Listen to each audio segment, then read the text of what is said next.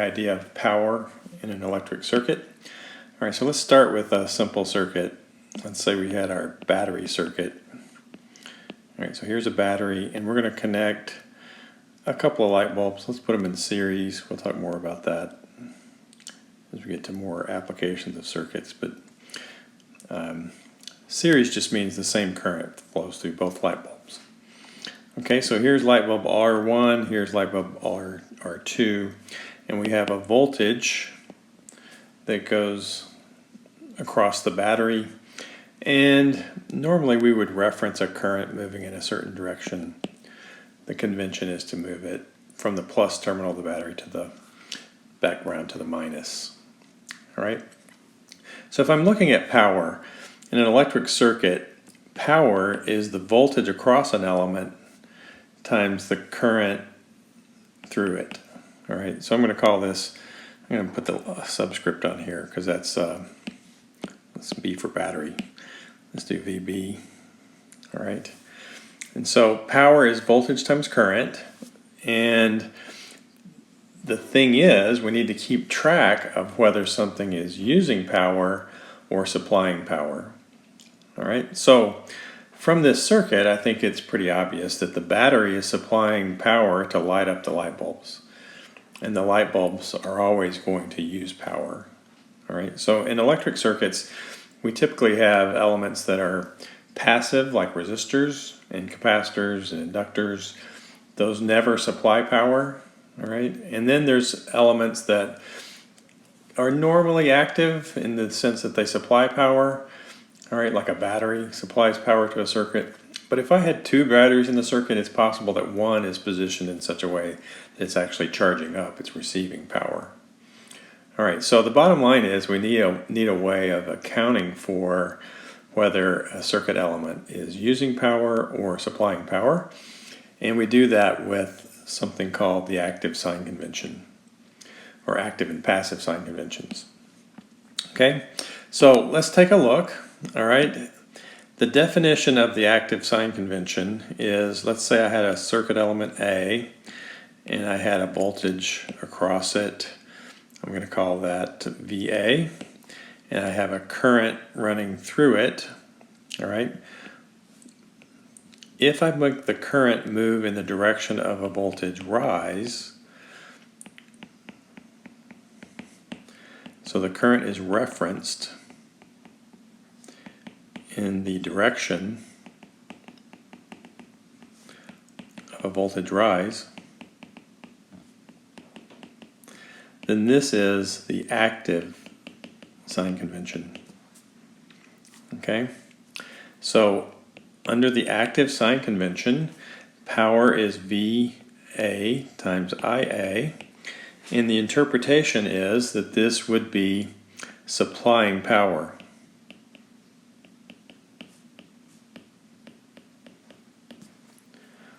Okay, and by the way, power in electric circuits is in watts. All right, so this is the active sign convention.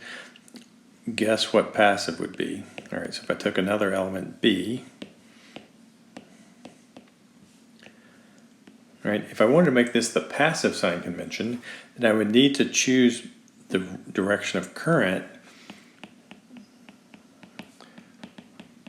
to flow from plus to minus, so in the direction of a drop.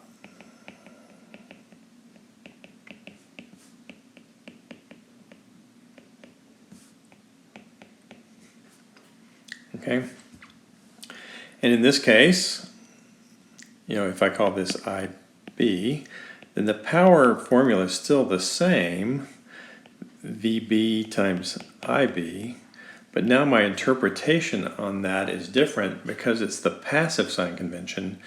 We say that this is using power. All right, so let's do a few quick examples because the signs end up taking care of themselves. Let me show you. All right, so let's say I had an element, all right, and it turned out that I said this is plus minus 20 volts all right, and then I say here's IB, but IB is equal to minus 2 amps. Okay. All right, so this is element B. All right, so what I would do to calculate the power here is I would say power is V, which is 20 volts, times I.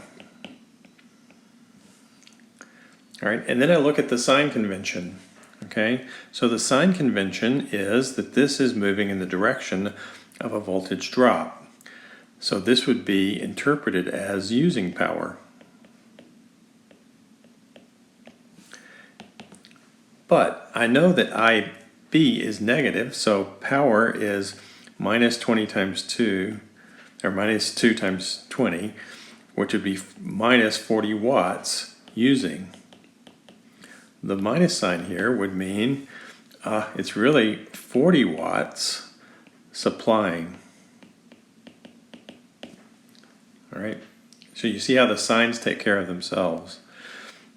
All right, so had I referenced the current differently, so go back to the same example, 20 volts, if I use the active sign convention, then IB would be 2 amps moving in the opposite direction, right? Minus 2 going down is equivalent to plus 2 going up.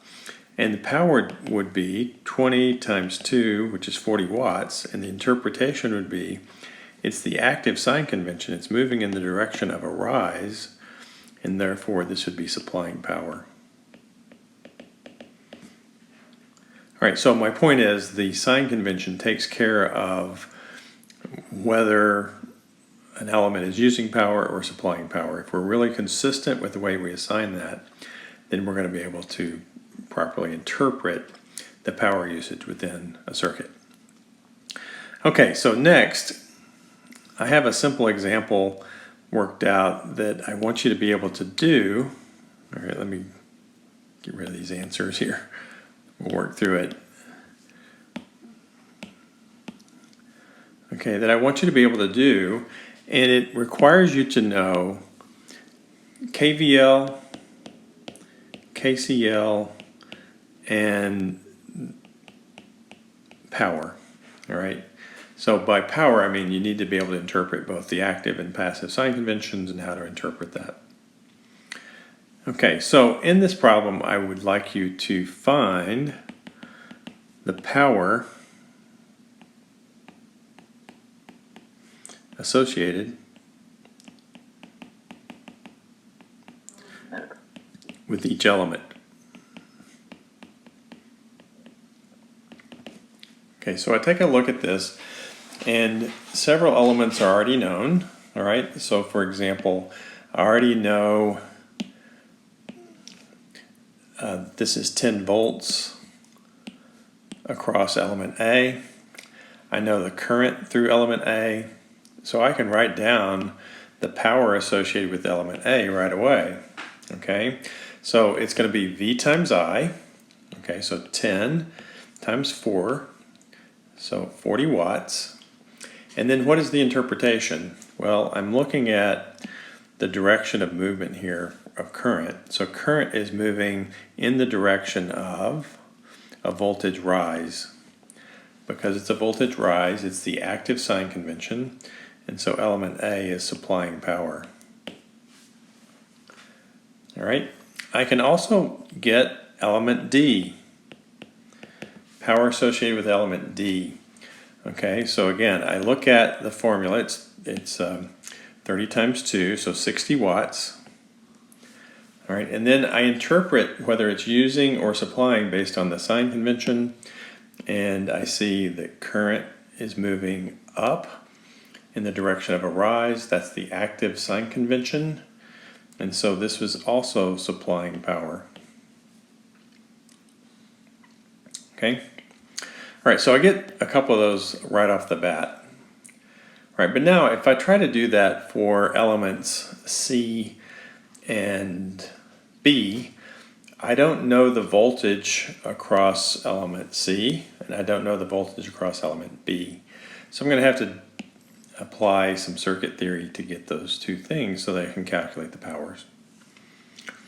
All right, so my thought here is, all right, I would like to get the voltage across element C. All right, so I can write a KVL equation, and I can choose any loop that I would like.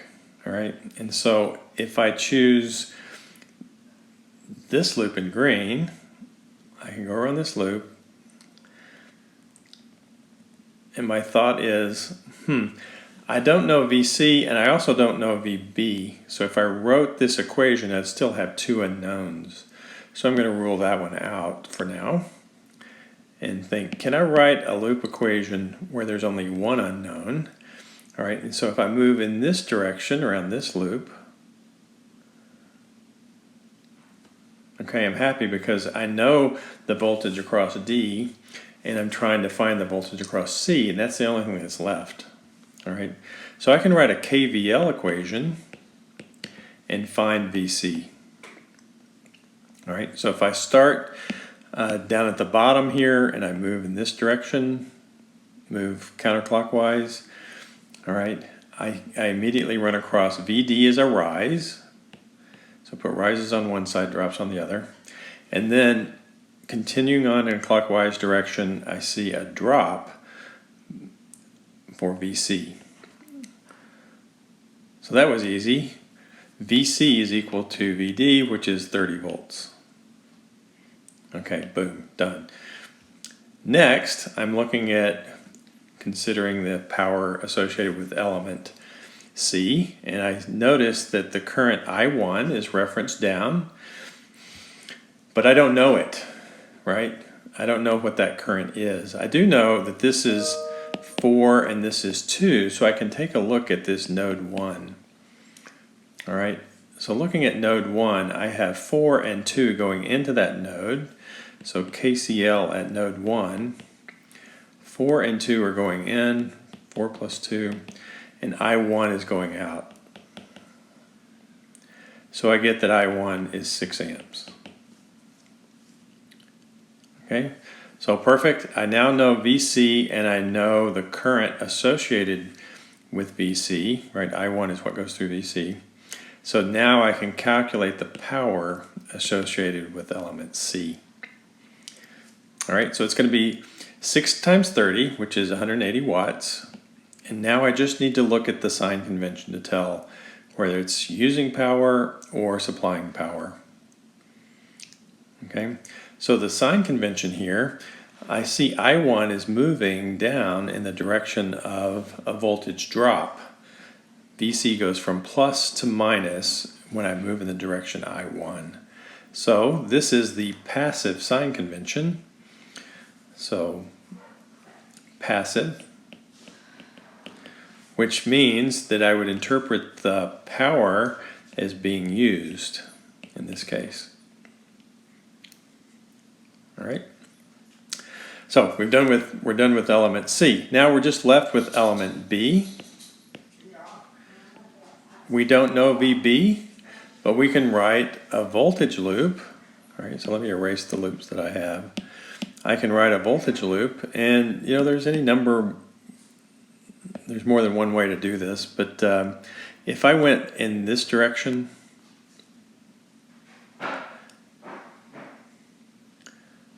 I would come across VA and VD. Both those quantities are known, and that would let me determine VB.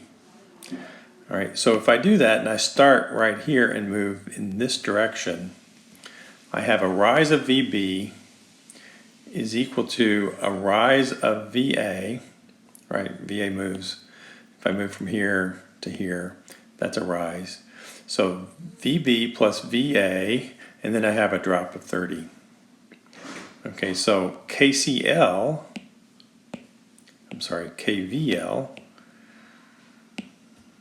around this purple loop. Going back one more time, rise of VB plus a rise of VA, but VA is equal to 10, is equal to VD, which is 30. So that means VB is 20 volts. Okay, I also know the current going through VB is 4. I can see that right here. Okay, so the power associated with B is 80 watts.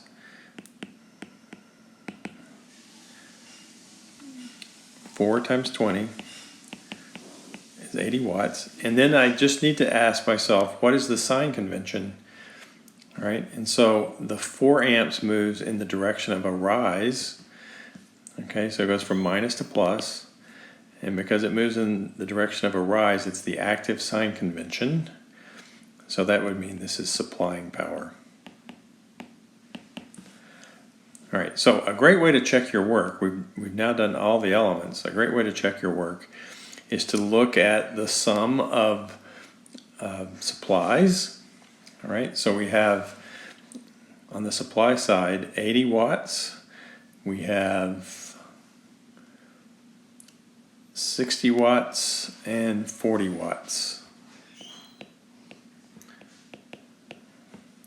All right, so that sums to 180 watts. That's unsupplied. And then used, there was only one element that was using power, and that was the 180 watt element C. All right, and so since element C is using 180 watts, this balances with the supplied.